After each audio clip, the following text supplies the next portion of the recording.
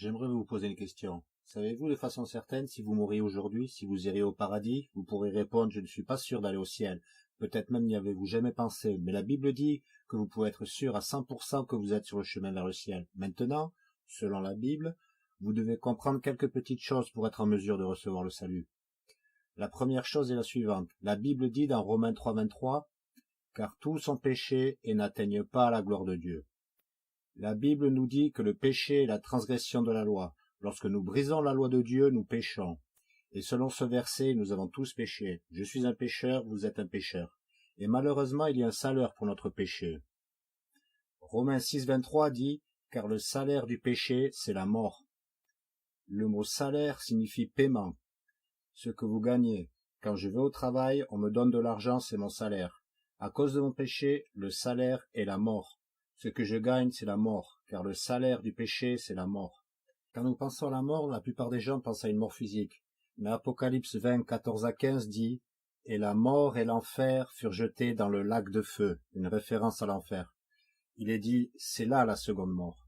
Et quiconque n'était pas trouvé écrit dans le livre de vie fut jeté dans le lac de feu. » Donc, selon la Bible, notre salaire pour notre péché n'est pas seulement une mort physique, mais la seconde mort. Vous vous demandez qu'est-ce que la seconde mort?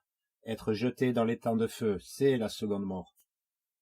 Ce que nous gagnons à cause de notre péché est la mort, une mort physique et une seconde mort qui est d'être jeté dans l'étang de feu. Apocalypse 21:8 dit « Mais les craintifs et les incrédules et les abominables et les meurtriers et les luxurieux et les sorciers et les idolâtres » C'est une liste assez mauvaise, non? Les meurtriers, les impudiques, les sorciers, la plupart des gens seront d'accord. Un meurtrier, oui, il va aller en enfer.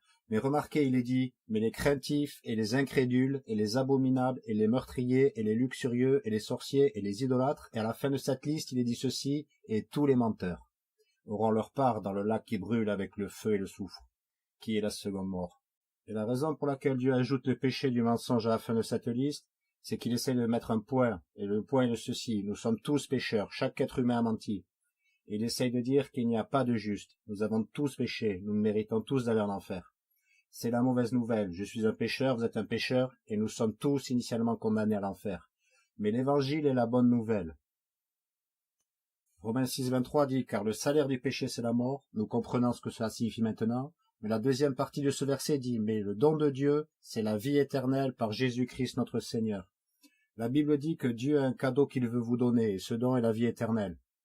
Dans Ephésiens 2, 8 à 9, la Bible dit « Car par grâce vous êtes sauvés par la foi ». Le mot grâce signifie obtenir quelque chose que vous ne méritez pas, vous ne le gagnez pas, vous ne payez pas pour ça. Vous êtes sauvé est une référence à être sauvé de l'enfer, parce que je ne veux pas y aller. Je suis sûr que vous ne voulez pas y aller. Par la foi, le mot foi signifie croire. Il est dit, par grâce vous êtes sauvés par la foi, et cela n'est pas de vous-même, ça n'a rien à voir avec vous. Voilà pourquoi c'est le don de Dieu. Non des œuvres, de peur qu'aucun homme ne se vante.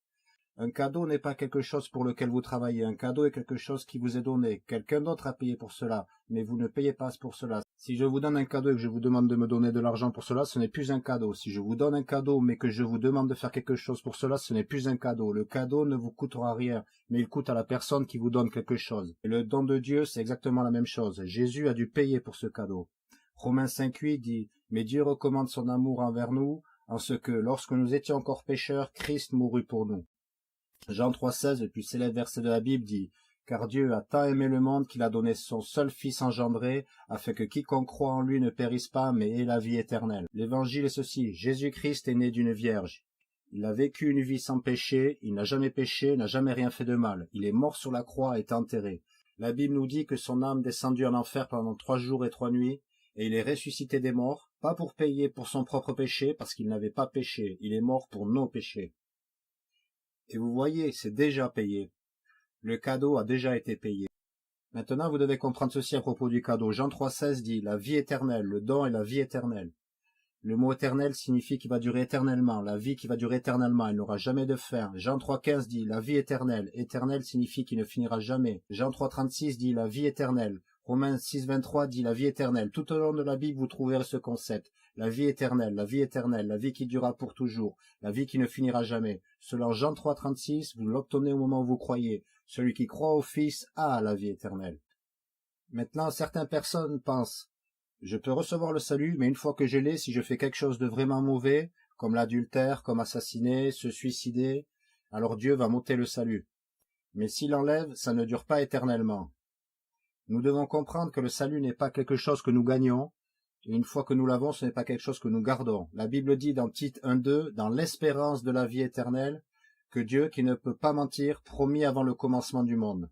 Notre espoir pour la vie éternelle, c'est que Dieu ne peut pas mentir. Si Dieu m'a promis la vie éternelle, alors devinez quoi, c'est la vie éternelle. Il m'a promis la vie éternelle, alors cela va durer éternellement. Vous dites, et si je fais quelque chose de vraiment mal? Eh bien, ce n'est pas de nous-mêmes, ça n'a rien à voir avec moi.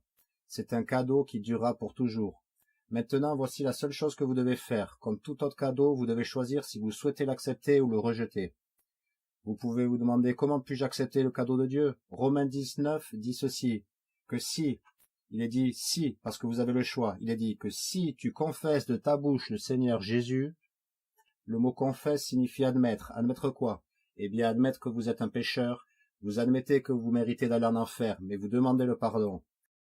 Il dit, si tu confesses de ta bouche le Seigneur Jésus, mais il demande plus que de dire des mots. Il dit aussi, et que tu crois dans ton cœur que Dieu l'a ressuscité d'entre les morts.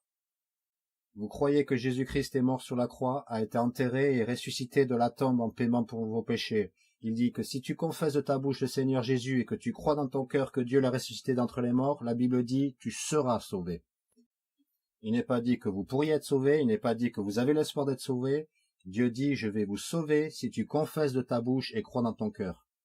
Notez que vous ne devez pas aller à l'église, il n'est pas dit que vous devez vous faire baptiser, il n'est pas dit que vous devez vous repentir de péché, il n'est pas dit que vous devez faire quoi que ce soit, simplement croire en lui et demander de vous sauver. Croyez cela dans votre cœur, si vous croyez que Jésus est mort sur la croix pour vos péchés, qu'il a été enseveli, qu'il est ressuscité de la tombe et qu'il veut vous donner un cadeau, la vie éternelle, alors pourquoi ne confesseriez-vous pas de la bouche maintenant? J'aimerais vous aider à former une prière. Si vous croyez cela, pourquoi ne prierez-vous pas avec moi maintenant? Cher Jésus, je sais que je suis un pécheur, je mérite d'aller en enfer. S'il te plaît, pardonne-moi de tous mes péchés et donne-moi la vie éternelle. Je ne crois pas en mes œuvres, je ne crois pas en la religion, je crois seulement en toi. Merci de m'avoir sauvé. Amen. Si vous avez prié cette prière et croyez dans votre cœur, selon la Bible, vous êtes maintenant sauvés, vous avez la vie éternelle. Félicitations.